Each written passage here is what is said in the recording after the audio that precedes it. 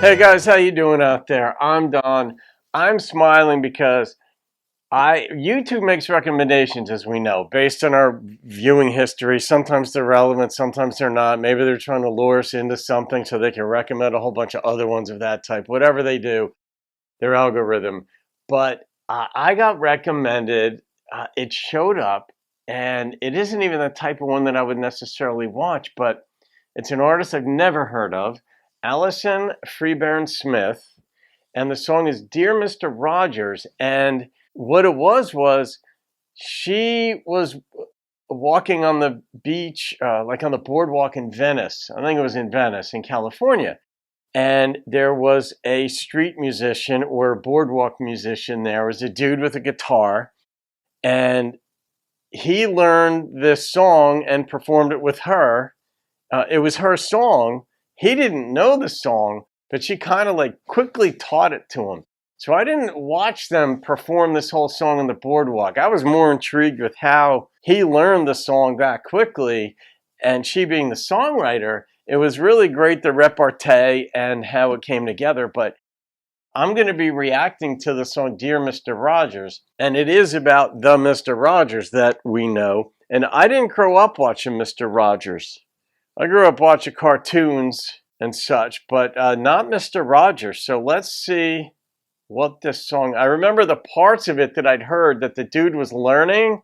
They're really pretty, like very nice. So let's see what we get here. I figured something upbeat, nice, that kind of thing would be good for the channel. Just good to hear. Dear Mr. Rogers, where are you? Oh. I hope it's a beautiful place. Pretty With voice. all that you did for all of us kids, I hope you're inside the pearly gates. Dear Mr. Rogers, I miss you. Just like a kind-hearted friend. The love that you gave me is part of what saved me, though I didn't know it back then. This is how you write a song. Now that you're gone, your spirit lives on in the music and lessons I still savor.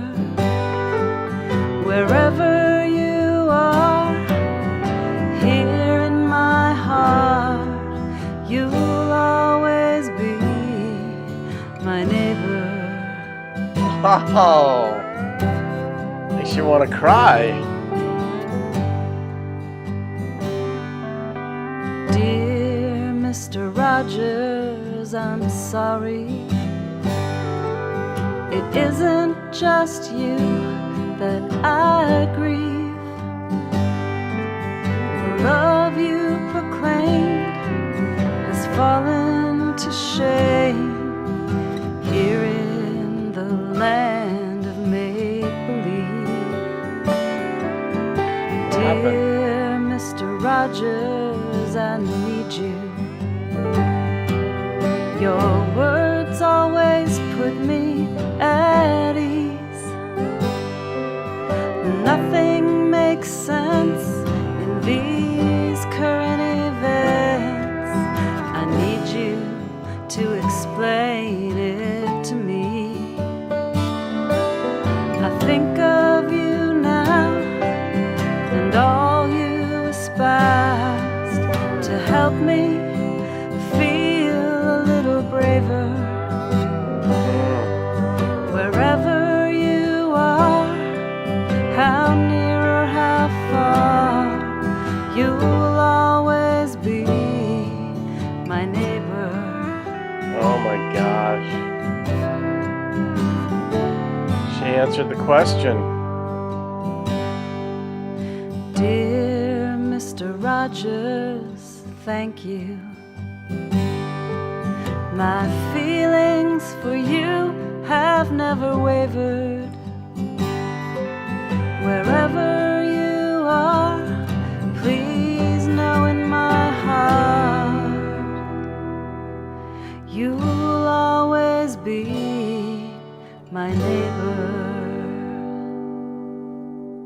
Wow. Wow.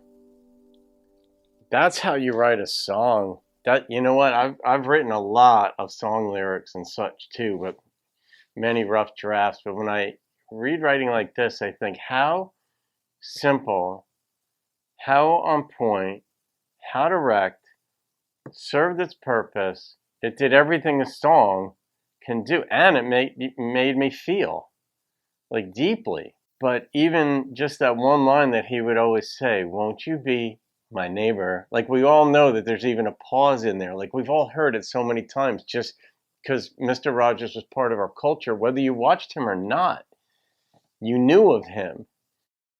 And even Saturday Night Live did Mr. Robinson's Neighborhood. It was sort of like a spoof with Eddie Murphy of it. And he had to master Mr. Rogers' habits and traits and all that. But it was just he was such a part of our culture, but such a good dude. People would make fun of him. I probably did when I was an insensitive teenager, but there was always an absolute beauty to him. It was like the band ABBA.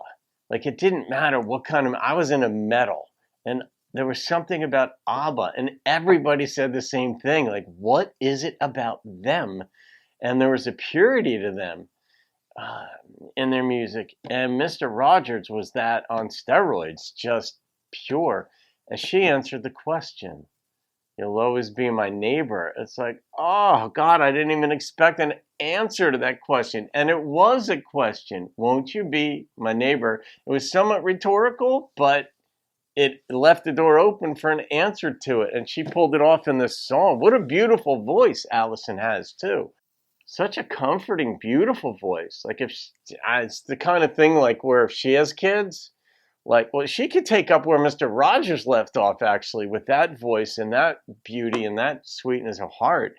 But if you're like Alison's kid, and you sing your kids to sleep, that'd be the type of voice that you'd be a goner in a second, because you'd feel safe, you'd feel welcome, you'd feel warm.